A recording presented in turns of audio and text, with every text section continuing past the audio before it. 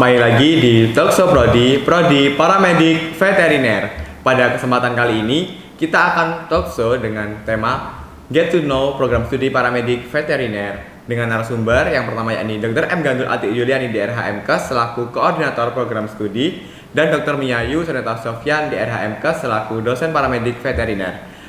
Untuk memulai kesempatan kali ini, mungkin saya bisa menanyakan kabar terlebih dahulu.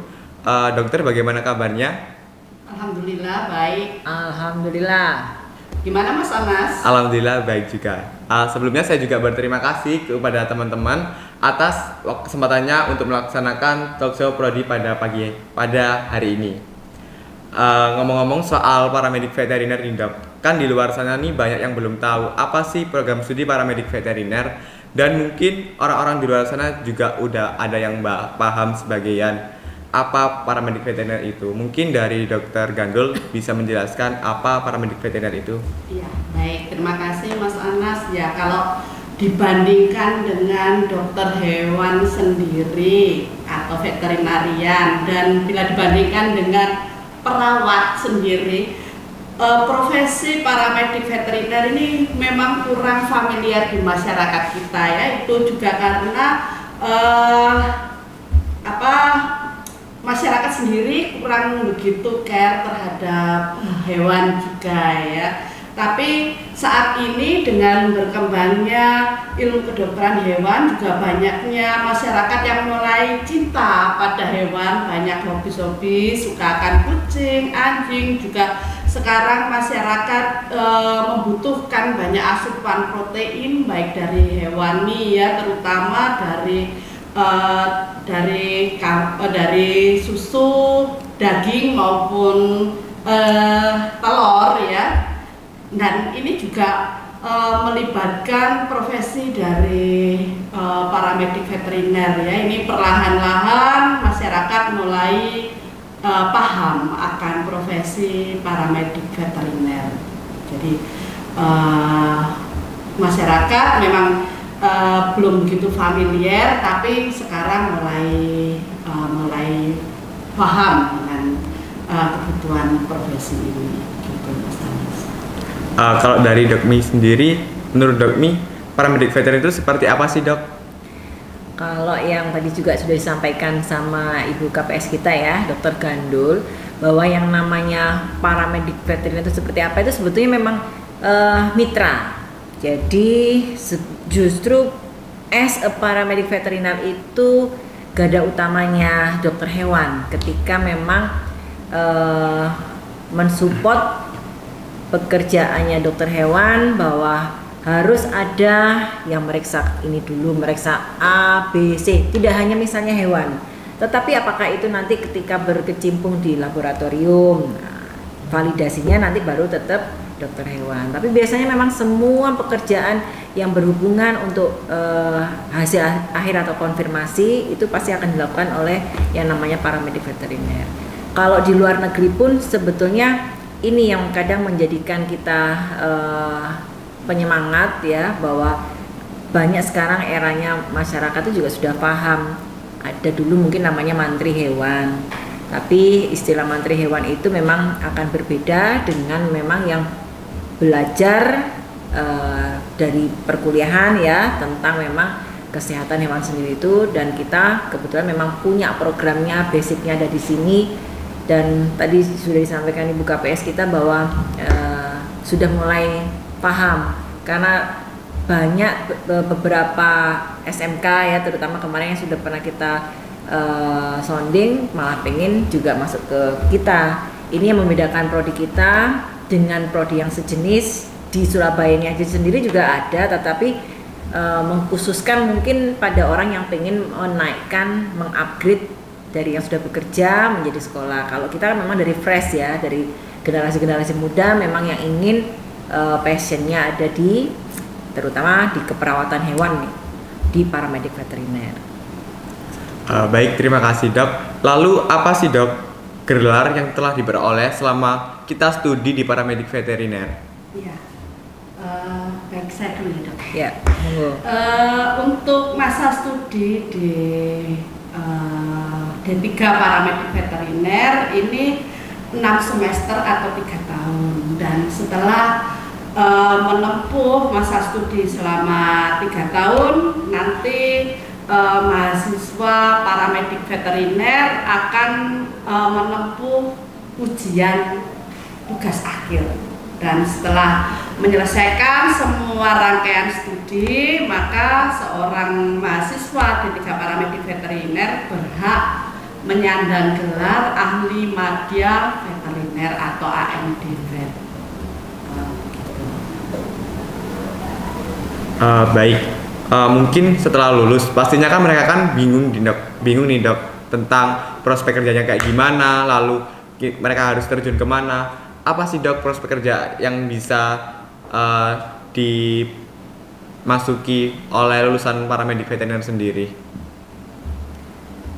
Kalau prospek kerja sebenarnya banyak ya Dokter Gandul ya. Tadi seperti juga sudah disampaikan di awal, bahwa untuk pemenuhan pangan gizi aja kan ini eranya pemerintah lagi rame stunting. Kenapa stunting? Berarti ada asupan makanan atau mungkin ini di luar faktor genetik ya yang melanda masyarakat kita. Perannya kita jelas ketika sebagai paramedik veteriner diamanai untuk mengelola, artinya mengelola itu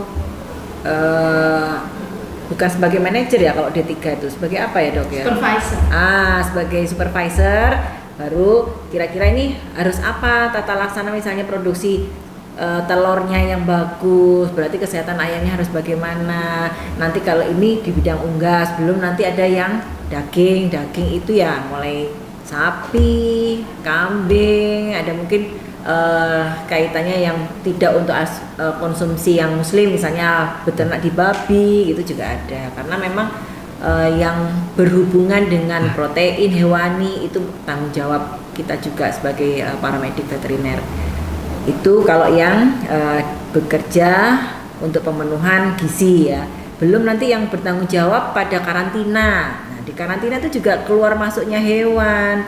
Itu fungsinya paramedik kita yang nanti ada di sana, checklist kira-kira harus apa, sesuai dengan borangnya nanti harus divalidasikan. Ternyata dia belum uji misalnya apakah ada rabies atau apa, yang kalau di karantina. Belum nanti sebagai di rumah sakit, banyak peluang-peluang itu sebenarnya banyak, dari hal yang ibaratnya dibutuhkan sampai kita menciptakan lapangan usaha sendiri itu juga bisa. Ya, banyak sekali ya dari alumni kita itu juga yang terjun di bidang wirausaha, mempunyai peternakan ayam sendiri, mempunyai peternakan kambing. Jadi prospek kerja untuk lulusan paramedik veteriner itu sangat terbuka lebar ya, baik di bidang baik pada private management ya, jadi baik di pemerintahan maupun di swasta ya, perusahaan-perusahaan swasta itu baik perusahaan yang internasional, nasional maupun lokal, regional itu banyak sekali membutuhkan tenaga paramedik veteriner ya. Sama yang di satwa liar itu kan juga iya, ada ya? Konservasi satwa itu juga membutuhkan paramedik veteriner ya. Sebetulnya ibaratnya itu dari satu orang dokter hewan itu membutuhkan 2 paramedik veteriner idealnya ya. Jadi kalau saat ini prospek untuk paramedik veteriner sangat terbuka lebar ya. Belum lagi IKN kan mau buka nih ibu kota negara Nusantara. Wah, itu apa saja yang ada di sana bisa dikerjakan. Banyak baik. Iya kan? Iya. Ini di bidang perunggasan aja, ini perusahaan-perusahaan internasional seperti Charon Pokpen itu kan dari hulu ke hilir ya, mulai dari produksi ayamnya sampai produksi produknya ya, jadi seperti daging olahan, sosis, kemudian nugget. Ini kalau di produksi ayamnya sendiri ini perlu supervisor kandang. Nah, ini yang bisa diisi oleh lulusan paramedik veteriner. Kemudian untuk pengolahan pakannya ini perlu quality control. Ya, quality control ini juga paramedik veteriner yang pegang. Kemudian ya itu tadi balai-balai konservasi itu ini juga banyak membutuhkan tenaga paramedik veteriner. Belum lagi klinik-klinik sekarang kan sudah menjamur karena hewan-hewan kesayangan juga banyak ya, tidak hanya anjing, kucing, bahkan ada sugar glider, kemudian ular dan sebagainya. Nah, ini peluangnya sangat besar sekali untuk prospek kerja dari lulusan paramedik veteriner. Baik, berarti lulusan PAVET sendiri sangat luas dan menjangkau segala aspek kehidupan yang ada setelah kita lulus nanti. Iya. Lalu apa sih Dok keunggulan dari program studi ini? Kan pastinya kan dari tiap-tiap program studi kan mempunyai keunggulan masing-masing. Nah, kalau boleh tahu, apa keunggulan sendiri dari program studi paramedik veteriner itu sendiri? Baik, kalau untuk pencapaian paramedik veteriner ini sendiri ya, untuk akreditasi itu sudah tidak diragukan lagi. Paramedik veteriner ini sendiri itu memegang 2 peringkat akreditasi ya, dari BAN PT itu mendapatkan predikat A sampai 2024. Ya, kalau yang unggul dari Lapetekes itu sampai 2025. Nah, ini dan di prodi paramedik veteriner sendiri, di prodi kesehatan hewan terutama yang vokasional ya, baru D3 paramedik veteriner UNER ini yang mendapatkan predikat unggul dari Lapetekes se-Indonesia. Iya, baru kita. Pastinya itu kan kayak keunggulan tersendiri ya Dok, apalagi kan kita udah unggul nomor 1 di Indonesia, yang pastinya kan dicari-cari oleh masyarakat di luar sana, kayak sangat tertarik gitu buat masuk ke program studi paramedik veteriner ini. Nah, lalu setelah lulus kan pastinya kan dari paramedik veteriner mempunyai ikatan alumni. Ya. Nah, apakah alumni tersebut dibimbing untuk siap kerja atau bagaimana Dok? Dokmi atau Dokter Gandul dulu. Oh iya, baik. Kita punya ikatan alumni yang cukup ini ya, erat ya. Jadi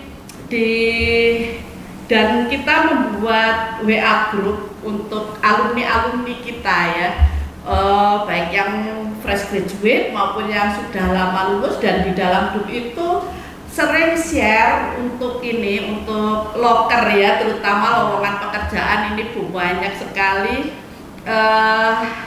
Hampir setiap hari ada share loker ya di WA group alumni itu yang membutuhkan tenaga kerja dari paramedik veteriner. Nah, sebelumnya saya juga ingin menjelaskan bahwa ada pendidikan profesi dan ada pendidikan yang vokasional.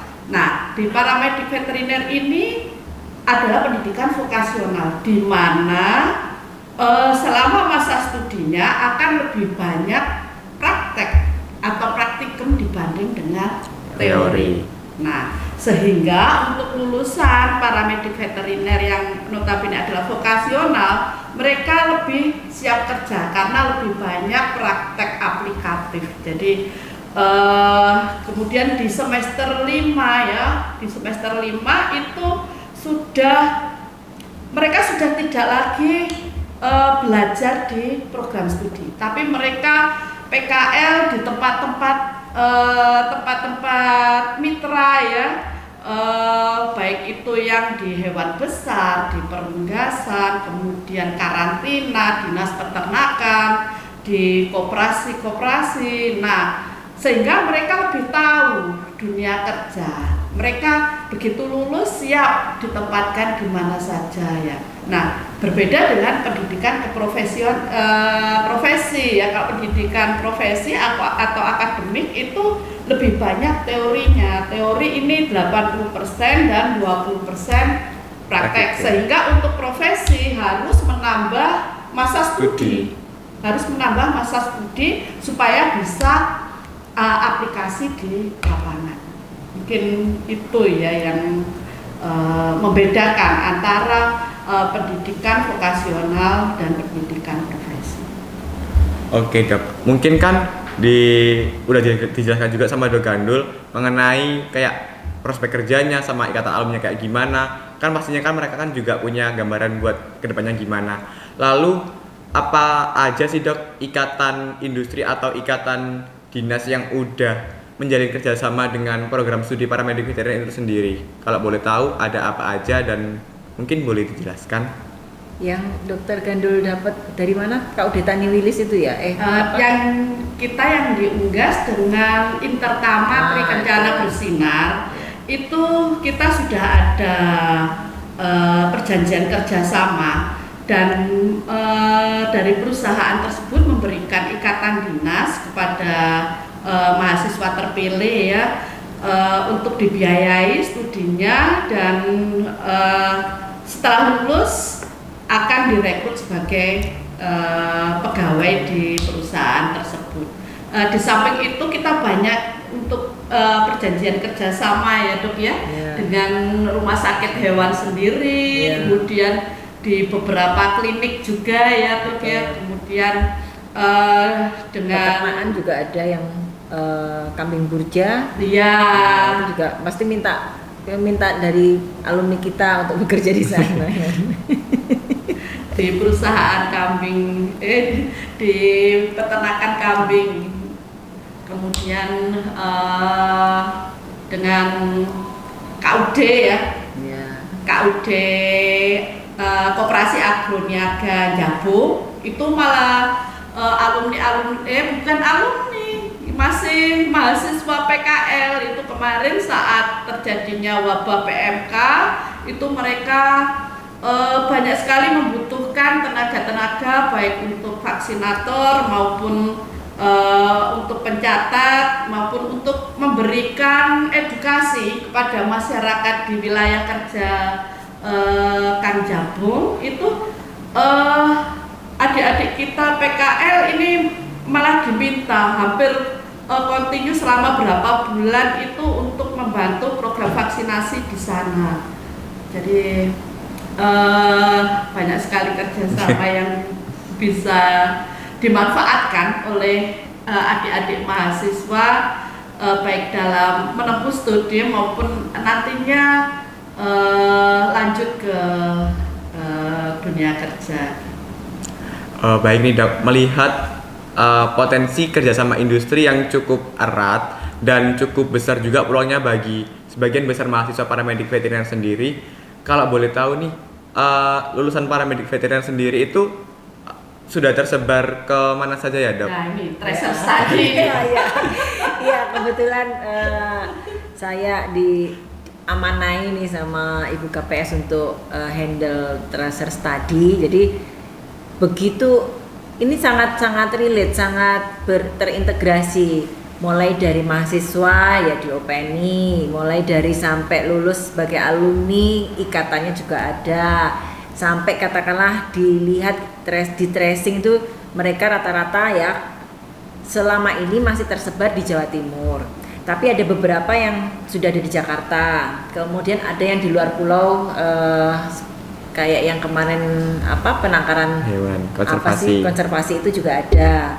Ya memang kita sebagai tim teaching pengajar senantiasa memberikan wawasan pada mahasiswa kita bahwa bekerja itu mungkin nggak hanya di Pulau Jawa. Nah itu yang memang peluang-peluang pekerjaan sudah bisa harus tidak terkonsentrasi di sini karena di luar sana itu sangat membutuhkan peran aktif dari para medis veteriner ya. Di Jawa rata-rata kalau di Jawa Timur ya dari hasil tracer study itu ada yang berwirausaha misalnya tadi sudah disampaikan ada yang buat peternakan, kemudian ada pelayanan puskeswan mandiri itu ya disupport, dia ada dokternya tapi dia juga ibaratnya membantu gitu ya. Nah, itu ada. Kemudian rata-rata itu di daerah yang kantong-kantong sapi, Nganjuk, kemudian Medion Sampang ya ada ya. Kemudian di kebun binatang Surabaya itu juga ada. Jadi memang rata-rata masih di Pulau Jawa. Konservasi primata. Oh ya, yang di ini ya, di Bogor Bandung ya, apa di Jawa Barat itu juga ada. Kemudian ada juga bekerja di laboratorium, ada di yang kedinasan yang jauh kemarin di Manado sih, angkatan berapa itu ya, itu juga ada di karantina.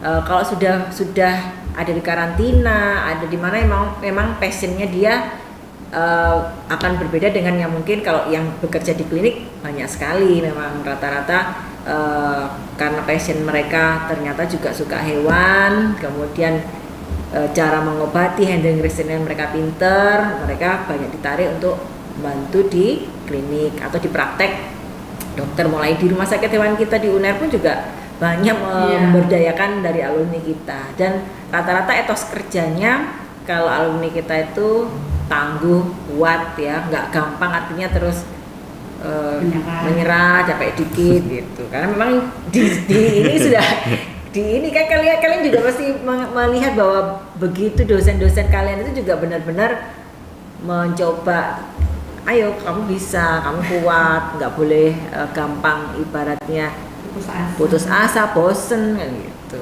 Ya, Dokter Gandel ya. Nah, ngomong-ngomongin soal prospek kerja kan udah luas banget, bahkan udah banyak alumni yang sampai ke luar Jawa, bahkan sampai ke di luar Jawa Timur juga. Nah, pastinya kan ada kan Dok kayak kurikulum untuk pembelajaran sendiri. Nah, kalau boleh tahu nih kurikulumnya itu sesuai dengan kebutuhan kerja atau bagaimana Dok? Mengenai proses pembelajaran sendiri. Ya baik. Untuk penyusunan kurikulum kita pasti ada ini ya, menyelenggarakan fokus group discussion ya. Dengan mengundang baik narasumber baik dari dalam UNER sendiri maupun stakeholder perusahaan-perusahaan yang memakai jasa dari para alumni kita. Nah, ini kita jadikan sebagai narasumber untuk memberi masukan kira-kira mata kuliah apa yang harus di-upgrade, kemudian apa yang sudah misalkan sudah tidak diperlukan lagi, kemudian sekarang apa yang sesuai dengan perkembangan dunia industri saat ini. Kita untuk penyusunan kurikulum selalu mendatangkan stakeholder juga sebagai narasumber ya. Kemudian untuk kurikulum kita yang terakhir ini adalah kurikulum 2021. Ini juga menyesuaikan kebutuhan UNER untuk pendidikan karakter sendiri dari mahasiswa UNER. Jadi ada 20 SKS yang kita mengikuti pembelajaran dasar bersama di PDB ya. Di PDB itu ada 20 SKS, kemudian pengembangannya ada di prodi sampai nanti di semester 4 dan semester 5 nanti mahasiswa sudah lanjut PKL ya. PKL ini langsung ke beberapa perusahaan atau peternakan, tergantung nanti ada PKL hewan besar, kemudian perunggasan, kemudian ada PKL kedinasan juga ya, juga klinik ya. Klinik ini agak lama ini ya. PKL-nya 5 minggu ya. Berapa mingguan ya? Iya, 5 minggu. Kemudian ya ini supaya untuk memenuhi kebutuhan dari nanti kalau kerja di klinik itu juga bisa sebagai asisten dari dokter hewan itu tahu tugas-tugasnya gitu. Kemudian kurikulum kita ini bobotnya 114 SKS ya, yang bisa ditempuh selama 6 semester ya. Ini alhamdulillah ini sudah untuk angkatan 2019 ya, ini sudah 2 orang yang ujian TA dengan notabene mereka nantinya pastinya lulus kurang dari 3 tahun malah. Ya, 2020. Iya, 2020. 2020 ya, Iya. 2020. Nah, nanti diharapkan ini bisa sebagai teladan untuk teman-teman maupun adik-adiknya segera bisa Ujian. menyusul ya. Baik dok, lalu ini kan dari kurikulum sendiri kan udah bagus, udah disesuaikan sama kebutuhan kerja sendiri. Lalu akreditasi kan juga sudah dalam dikategorikan udah terbaik lah se-Indonesia. Lalu kerjasama Indonesia juga udah sangat erat. Terus kemudian dari track record alumni juga udah bagus. Lalu apa sih dok harapan kedepannya untuk program studi ini? Ya, kita harapkan program studi ini tidak hanya sustain ya, tetapi juga berkembang dengan merekrut mahasiswa, calon-calon mahasiswa sebanyak-banyaknya. Jadi mari para calon mahasiswa baik yang dari SMA, dari MA maupun dari SMK terutama ya, berbondong-bondong untuk bisa masuk ke program studi paramedik veteriner ini. Karena masa depan cerah menanti Anda. Iya betul ya. Iya, memang kaitannya pilihan terbaik itu adalah di paramedik veteriner. Why? Kenapa? Nggak hanya ngurusin orang, ngurusin hewan. Jadi ngurusin hewan bisa, ngurusin orang pasti bisa. Ngurusin diri sendiri juga pastinya dok. Itu tantangan terbaik dan memang amanah besar itu ada di generasi paramedik veteriner berikutnya. Itu. Pertanyaan terakhir ya dok, kenapa sih calon mahasiswa harus memilih program studi paramedik veteriner ini? Kalau boleh tahu. Ya, Karena udah bagus banget ya dok, jadi kita nggak bisa menjelaskan lagi kata-katanya. Karena paramedik veteriner is the best.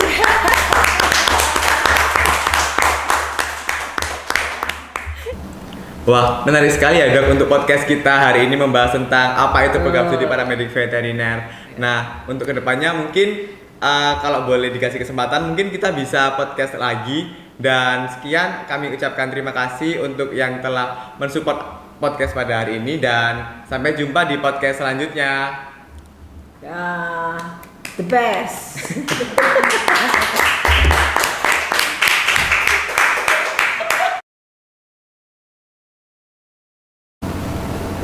Fotoin kok kirim ning aku.